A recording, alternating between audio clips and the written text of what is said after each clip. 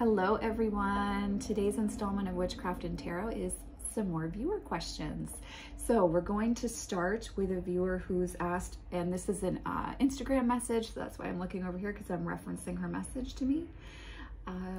They say, thank you. Curious, I've been watching your deck review videos and such, and I'm curious, where do you find the indie decks? So I'm really blessed that all of you, my viewers, on my little channel here, all keep me abreast of the decks that you all think I would like that are indie, that are getting either created or are now available for purchase. Many of you send me some of those decks if you think that I would like them so that I can review them for the channel. And so I'm really fortunate in that you guys all take care of me when it comes to indie decks for the most part. So unfortunately, I don't have like a specific place to send you. If anyone does have a specific site or place that they would recommend in order to find out about upcoming indie decks, please feel free to share that in the comments below. But I would say I do have luck, like when I purchase indie decks for myself, following indie shops like Pheonix and Lotus, which I will put a link in the description box below. Places like that tend to have some pretty cool indie decks, and you're not only supporting the indie deck creator, you're also supporting a small business in the pagan community, which is pretty sweet. So I would say between Pheonix and Lotus, just looking through Instagram and in the free time that I delegate for social media, and then my viewers, that's how I find indie decks. So I know that's not super helpful, but that's how it is for me. I don't really have anywhere else that I could send you. The next question this viewer asked is, do I have any decks to recommend for someone who follows a traditional witchcraft path or a crooked path?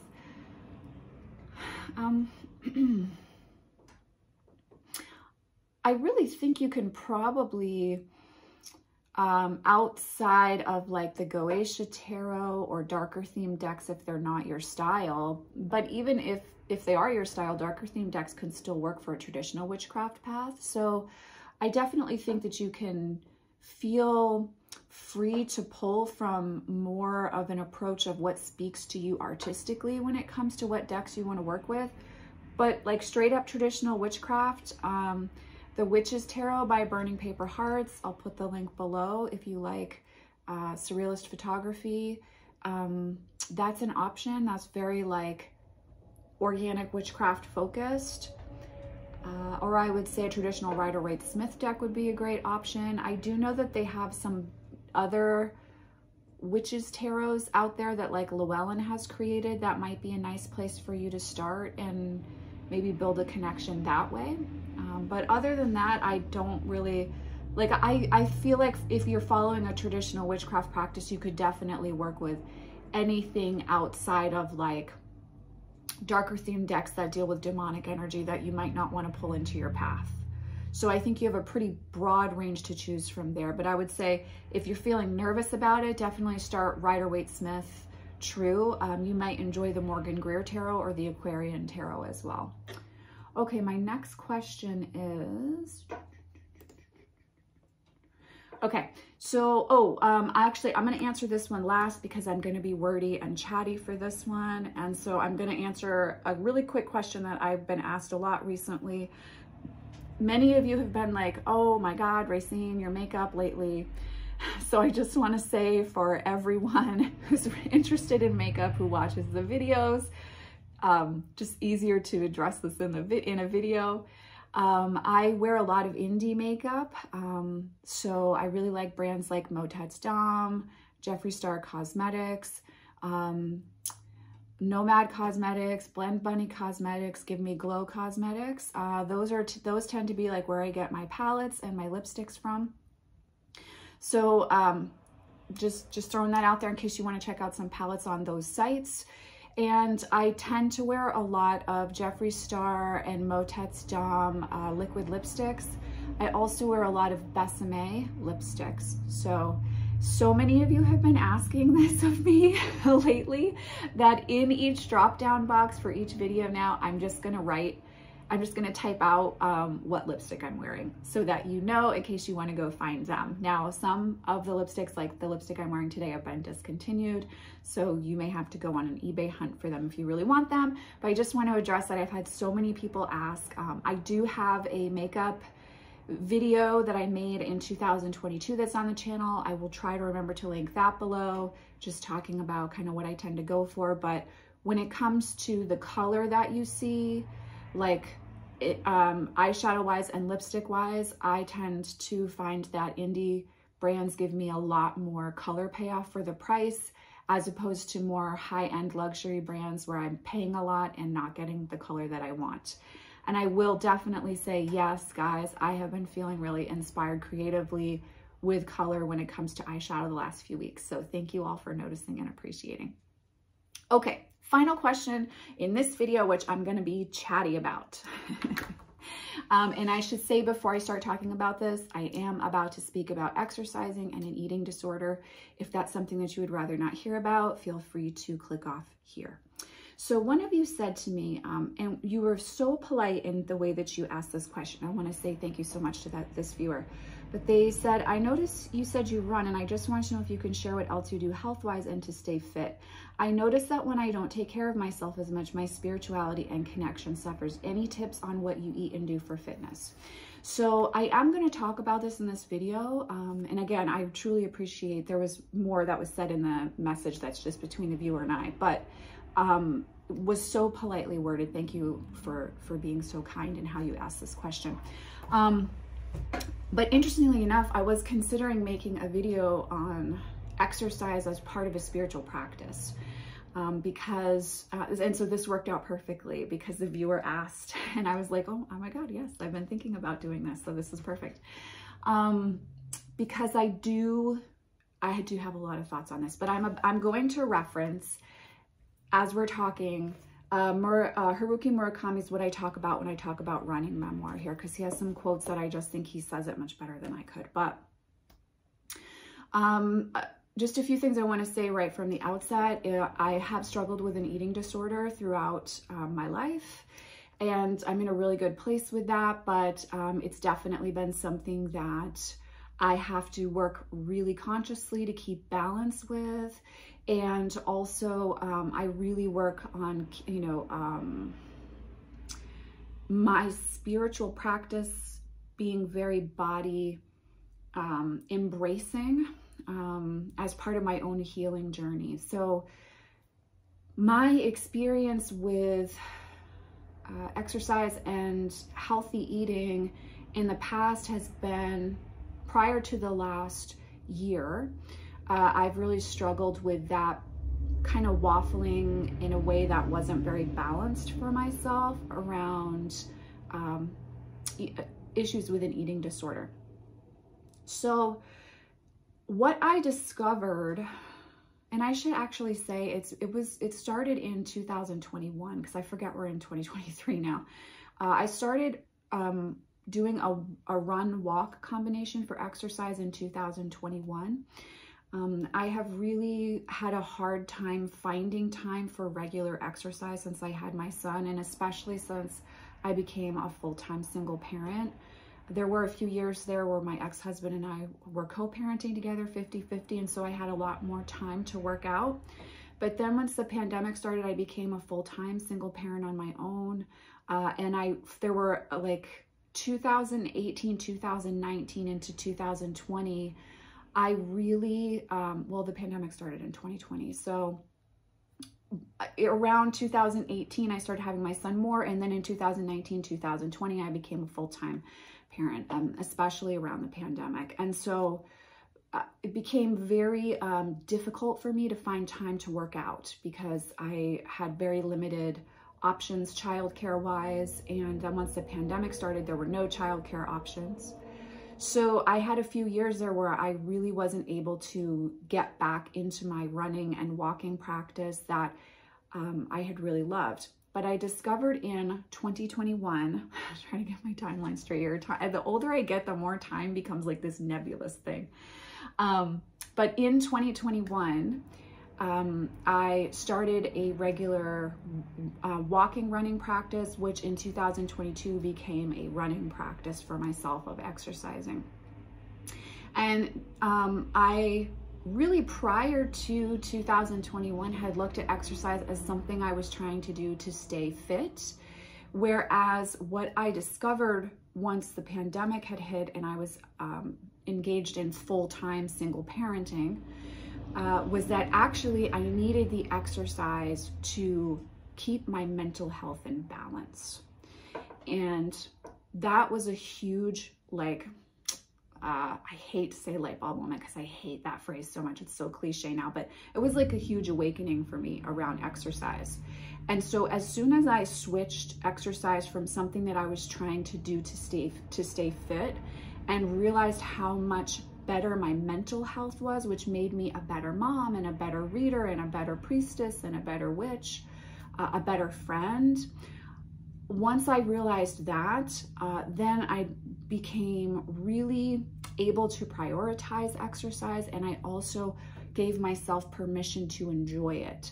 And so I have found over the last few years that exercise has really, really made a huge difference for me. And I want to read this passage that Haruki Murakami states in this memoir. He says, "The desire in me to be alone hasn't changed, which is why the hour or so I spend running, maintaining my own silent, private time, is important to help me keep my mental well-being.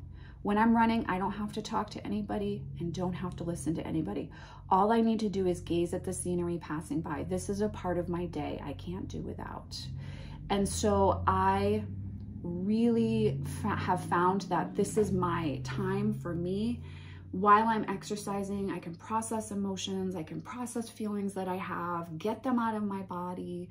You know, I'm not holding on to them and like stewing in things. It becomes very easy through the process of running, which I am not recommending running to anyone. I'm just saying it's what's worked for me.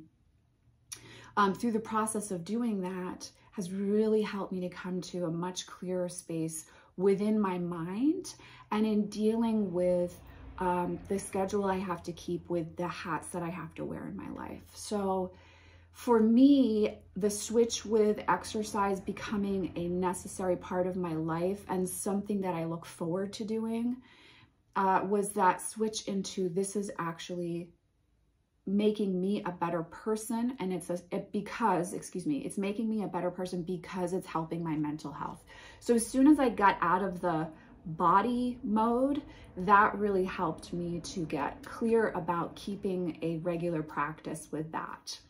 And you guys have seen over the last 2 years that I have lost baby weight that I was holding onto from when Vincent was born. He's going to be 10 in 2 months. So it took me a while, but I was also an older mom when I became pregnant. So it did take me time, a lot of years, to get all of the baby weight off finally, but I feel really good in my own skin. And what I did find is that through the exercising, because I was in a better space within myself, it became a lot easier to make better food choices for myself. And just a big thing that's worked for me has been not snacking at night. I give myself like 1 night a week to snack at night. And then other than that, I try really hard to not snack at night, because I'm someone that like won't eat all day and then will eat at night. And so once I recalibrated that made a big difference. I did do intermittent fasting for about 6 months last year, but with the way that my thyroid is, I have some thyroid issues. I've found now that I'm not really now that I'm pretty much where I want to be as far as feeling good in my body. Again, because I do have a history with an eating disorder, I try to be really aware of not having a goal weight, and I don't weigh myself. But I'm in a place where I feel really good in my body, and I've let go of the intermittent fasting because now I'm like regulating where I'm at. And so I just try to stay healthy and balanced. And like the biggest thing for me is just trying to get a lot of vegetables into my diet. And what I find is, especially exercise, is very much a spiritual practice. And not only is it good for the mental health aspect, but it's also because it's me time and I like to run outside. Can't do it right now with how bad the weather is here, but when I can, I like to exercise outside, and that's a way of being in nature. We have a beautiful trail system here where I live, and so I get to run out in the woods, and that is amazing. It's really, really, really like grounding. You're connected to the earth element, you're in nature, you know, you're by yourself, you get to just kind of be, like Murikami talks about in this book, you get to just be and process. And so it becomes something that isn't so much about looking good or looking a certain type of way that society says is attractive. It becomes much more about nature and mental health for me, and that being a part of my spiritual practice. And it has made a huge difference for me, especially in 2021, as we were just starting to, like, the kids were starting to do half a week at school. It made such a difference for me moving through that portion of the pandemic, to be able to just get out and run out my feelings. And the other thing I would say here is, if you want, walking is more important than like running to me. Like, I enjoy running, but I have a bad knee, and some days I have to walk and I can't run, and some days I can run for 45 minutes. So I would say to you, if you're listening to this and you're, again, I'm not recommending anything, but if you're listening to this and you're wanting to start an exercise practice that's a part of your spiritual practice, just walk in nature. It can be that simple. It doesn't have to be, you don't need like 500 various weights and like all this special equipment and a special workout outfit. Just walk in nature. One thing I will say for my father is he did instill in my brother and I that how important walking was, and we used to walk 5 days a week with him at night when he would get home from work. So I will say that walking and having a regular practice like that reaps as many good benefits as me saying I enjoy running. It's about the exercise, it's about the movement of the body, it's about like getting all the stuck energy and emotions out of your body and being in nature if you're able to exercise in nature. I know some of us don't live in areas like that, but maybe there's a gym or something like that where you can get on a treadmill, or even if you're in the city somewhere you can walk safely. I know when I lived in Portland, I had an exercise route there that was in the city but was very safe and very enjoyable as well. So the most important piece that I want to say to this part of the conversation, which I definitely have rambled, sorry about that guys, is that for me it was very much about honoring that it's not like something selfish that I'm doing so that I look good, but instead it's a mental health and spiritual practice, because that's my time in solitude. If I want to cry to Ices while I'm running in the woods alone, I can do that and get everything out and connect with deity, and give myself that time. It's a very important act of self-care. I love makeup and I love books and I love tarot, but self-care practices such as walking and running and a healthy form of exercise, that is, you know, honestly, it should be really important up on the list for all of us, for those of us that exercise is accessible for. Of course, if exercise is not accessible for you, then, you know, please don't take that as me saying something towards you at all. But I just mean, I think a lot of times you're like, oh, self-care, I'm gonna buy that new whatever. And really self-care is about like taking care of our mental health, taking care of our physical body. And I do want to add here as well that for many of us who were raised in really strict Christian religious houses, we were raised to think that the body is evil and filled with sin. And so it can be very easy to treat your body like a trash receptacle when it comes to not exercising and not eating well, because unconsciously there's almost this level of you want to reject the physical body if you're going to be a spiritual person. So a lot of the healing journey for me, for the last, I would say 15 years around my physical body, has been learning to embrace it, love it, look at it as healthy, as not being full of sin, and as not something that I should be ashamed of. So exercising, I have come to now understand, is really an act of love towards my body, and not eating a bunch of junk food all the time is an act of love towards my body. So I just wanted to share that for me, it's been very much about, let's take it outside of like what I should be doing in order to look a certain way. And let's look at it as, but if this is making me feel better, and if my body feels better, then this is actually a spiritual practice. Because in reality, everything is a spiritual practice if we bring attention and intention to it, as well as awareness and breath, especially when it comes to exercise. So that's been really helpful for me in getting to a place where my body's feeling really healthy. Let me just make sure that and the viewer said she notices when she doesn't take care of herself as much, her spirituality and connection suffers. I agree as well. When I'm not eating well, you know, listen, I'm a Taurus. I love to have a glass of Prosecco and some pizza and some really like bougie fancy food. Trust me, like I'm there with you. I enjoy indulgence, right? But when you become unbalanced with that, it does cause the clarity that you have as a channel, especially if you're a reader or a medium, or in your practice, you tend to journey or channel with your guides and or deity.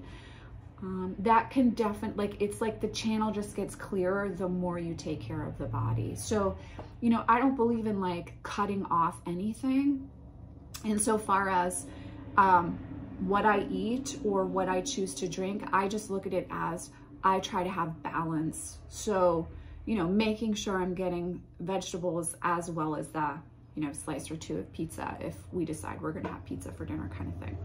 So those are my thoughts on this, but thank you to the viewer who asked this, because I have been sitting with really wanting to talk about how like fulfilling and beautiful and spiritual my running practice has been. Like, it's been so, one of the most beautiful bright spots in 2022, which was a really difficult year for me personally.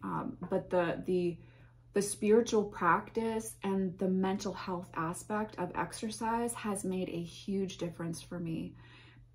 And that reflects in the body as well. So those are some answers to viewer questions. Thank you guys so much for submitting questions to me. You can feel free to leave questions in the comments down below, or you can DM me on Insta. The link to my Insta account is in the description box. And I keep a list, and I don't know, I think we're like 20 videos into this series now, so, or something like that. I feel like I was at like 16 4 months ago or something like that. So we've got a nice flow going with viewer Q&A, and it's so much fun to do. So feel free to send me more questions if you have them. If you are wanting to comment on the exercise and diet portion of this aspect of the video, I would just ask that you please keep your comments respectful. It's important, and loving community vibes always, right guys? So anyhow, it has been such a joy to sit with you guys and chat for a little while. Thank you for hanging in there with me if you made it this far. I am sending you, as always, much love and many blessings. I'll see you in the next video.